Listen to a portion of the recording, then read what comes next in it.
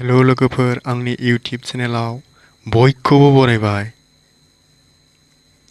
दिनै आं दंफैयो क'क्राझार गौरां पार्कआव लोगोफोर बेरायनो फैदों माबायदि जाखो होननानै स' एक्चुअली मोजां जाबाय आरोखि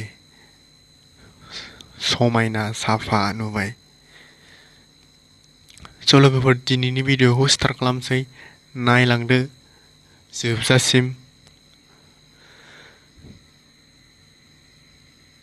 मोजां मोनदोंबा लाइक खालाम, कमेन्ट खालाम, साबस्क्राइब खालाम चेनेलखौ लोगोफोर।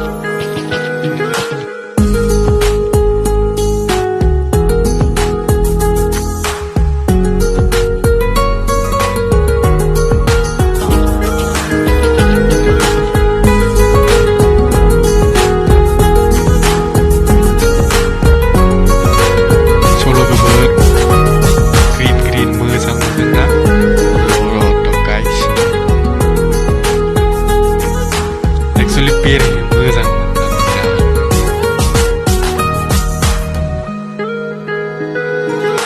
बरिया जिरायनायनि सुबिदा आरोखि दं, मोजां जाबाय गोथां गोथांनो। अ माय गड गोसोआनो बिराद मोजां मोनदों दिनै। गोथां गोथां बिफांफोरखौबो स्टाइल नुदों आरोखि, दै सेर सेरनि बिफां ओमफ्राय हरै वाल एक्चुअली बिराद मोजां नुदों, गोसोखौनो बिराद गोजोननाय मोनदों दिनै बेरायफैनानै गाइस।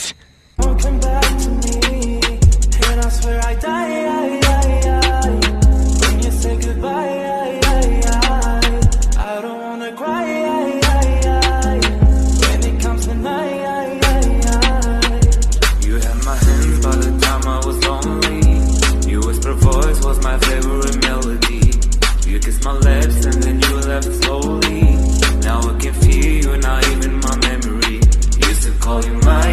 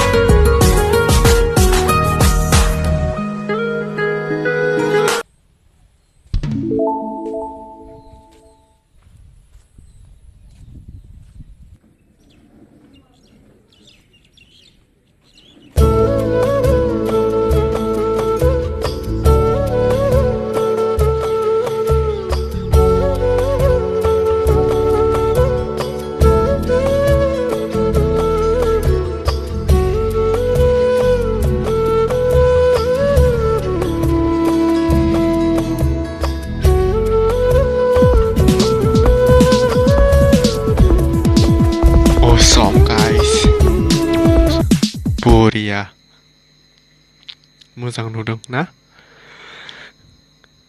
गर्लफ्रेन्ड बयफ्रेन्डनि जायगा बियो गाइस। स' लोगोफोर दिनैनि भिडिअ'आ एसेनोसै। मोजां मोनदोंबा like and share and subscribe आरो कमेन्टआव मा होनो, मोजां नुदोंना गाज्रि नुदों खिथाहर गाइस। दिनैनि भिडिअ'आ बारा गोलाव नङा एक्चुअली, 10 मिनिटसो जागोन। स' लोगोफोर दिनैनि भिडिअ'आ एसेनोसै। मोजां मोनदोंबा like and share and subscribe आरो कमेन्टआव मा होनो, मोजां नुदोंना गाज्रि नुदों खिथाहर गाइस। दिनैनि भिडिअ'आ बारा गोलाव नङा एक्चुअली। एसेनोसै लोगोफोर फ्रेन्ड्स गोसोखौ मोजां मोनबाय गाइस फैनानै दा थांनोसै आरोखि गोबावबो जाबाय बेरायनाया बाय बाय गाइस